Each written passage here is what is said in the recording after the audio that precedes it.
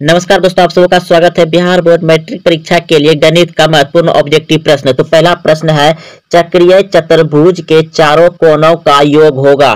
चक्रीय चतुर्भुज के चारों कोनों का योग होगा। ऑप्शन नंबर सी बिल्कुल सही है, 360 डिग्री। कोट 60 डिग्री का मान है, कोट 60 डिग्री का मान है 1/√3। ऑप्शन नंबर बी सही है। निश्चित घटना का प्रतियोगिता होती है, तो ऑप्शन नंबर सी बिल्कुल सही है। निश्चित घटना की प्रतियोगिता होती है 1। साइन इंटू 90 - a यानी थीटा निम्न में से किसके बराबर है? तो साइन है तो इसको उल्टा लेकर के उतर जाएगा, यानी कि क्या हो जाएगा? कोस, साइन का कोस। तो नंबर ए बिल्कुल सही है, cos A हो जाएगा। प्रथम 5 सम प्राकृतिक संख्याओं का माध्य होगा। तो प्रथम 5 सम प्राकृतिक माध्य होगा। तो माध्य बराबर आप सभी जानते हैं कि कुल आंकड़ों का योग बटे कुल संख्या, यानी कुल पदों का योग बटे कुल पद। तो पहला हो जाएगा आपका 2 + 4 + 6 + 8 + 10, 5 पद हो गया। 1 2 3 4 5 पद हो गया। अब 5 पद है तो 5 नीचे में लिख देंगे। अब इन सभी को जोड़ेंगे तो कितना हो जाएगा?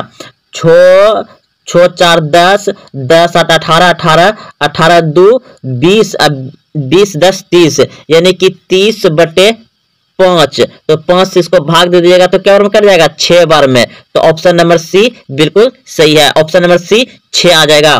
तो इस प्रश्न का उत्तर आ जाएगा आपका ऑप्शन नंबर सी सही है। दो वृत्तों की त्रिज्या का अनुपात 1:3 है, तो इसका क्षेत्रफल अनुपात में क्या होगा? दोस्तों, जब दो वृत्त का त्रिज्याओं का अनुपात दिया रहता है और उसका क्षेत्रफल पूछा जाता है तो क्या होता है? वह वर्ग हो जाता है। क्या होता है? वर्ग हो जाएगा। तो ऑप्शन नंबर आपका ए बिल्कुल सही है। 1:9 दोनों का वर्ग कर देते हैं। नमस्कार दोस्तों, आप सबों का स्वागत है। बिहार बोर्ड मैट्रिक परीक्षा 2024 के लिए गणित का इंपॉर्टेंट ऑब्जेक्टिव प्रश्न। तो पहला प्रश्न देख रहे हैं, P, Q, R का गणितीय माध्य निम्नलिखित में से कौन सा है? तो गणितीय माध्य बराबर आप सभी जानते हैं क्या होता है? कुल आंकड़ों का योग, यानी कि जितना संख्या दे रहता है उन सबको जोड़ करके और नीचे जितना संख्या है उतना से भाग देंगे। तो क्या दिया गया है? P + Q + R बटे कुल संख्या, कुल आंकड़ों का योग बटे कुल संख्या कितना है? 1 2 3, तो 3 लिख देंगे। तो इस तरह का ऑप्शन नंबर कहाँ है आपका? ऑप्शन नंबर डी सही है। अगला प्रश्न है आपका कि 24, 15, 22, 13, 9, 10 तथा 30 का परिसर। तो परिसर ज्ञात करने के लिए क्या करते हैं? सबसे बड़ी संख्या पकड़ते हैं। इनमें से सबसे बड़ी संख्या क्या है आपका?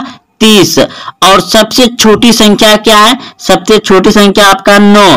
तो इन दोनों को क्या करेंगे? आपस में घटा देंगे, यानी परिसर बराबर होता है उच्चतम संख्या माइनस न्यूनतम संख्या। तो 30 में 9 घटा देंगे, यानी कि सबसे बड़ी वाली संख्या में छोटी वाली संख्या को घटा देंगे। क्या आ जाएगा? 21। ऑप्शन नंबर डी सही है। अगला प्रश्न है, 3 गुना माध्यिका बराबर बहुलक प्लस, तो हो जाएगा 2 माध्य। ऑप्शन नंबर सी सही है। अगला प्रश्न है, 3 लगातार प्राकृतिक संख्याओं का माध्य होगा। तो 3 लगातार प्राकृतिक संख्या कह रहा है। माध्य बराबर क्या होता है?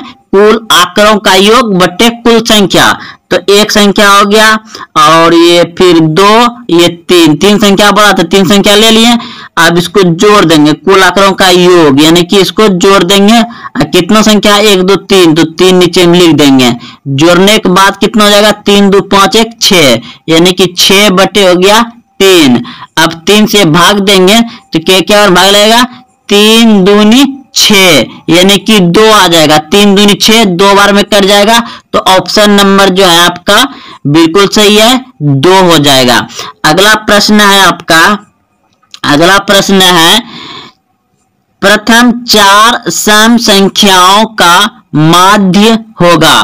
तो सम संख्या यानी कि 4 गो सम संख्या लेना है। तो पहला क्या हो जाएगा? 2 प्लस फिर कितना हो जाएगा 4 प्लस फिर कितना हो जाएगा 6 प्लस फिर 8, 4 हो गया, 1 2 3 4 हो गया, बटे में 4 बोला था तो 4 संख्या, यानी कि 4 लगातार सम संख्या ले लिए तो 4 नीचे भी आ जाएगा। कुल आंकड़ों का योग बटे कुल संख्या। अब जोड़ दीजिए 8 2 10, 10 4 14, 14 6 कितना हो गया 20, तो 20 बटे कितना हो जाएगा 4। अब 4 से इसको भाग दे देंगे तो 5 चौके 20, यानी कि 5 बार में कट जाएगा।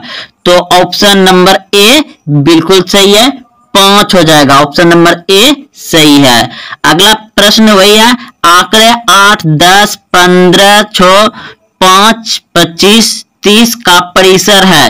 तो परिसर में क्या करते हैं, सबसे बड़ी संख्या पकड़ते हैं और सबसे छोटी संख्या घटा देते हैं। सबसे छोटी संख्या क्या आपका 5 है, तो इन दोनों को आपस में घटा देंगे कितना होगा 25। तो ऑप्शन नंबर ए सही है।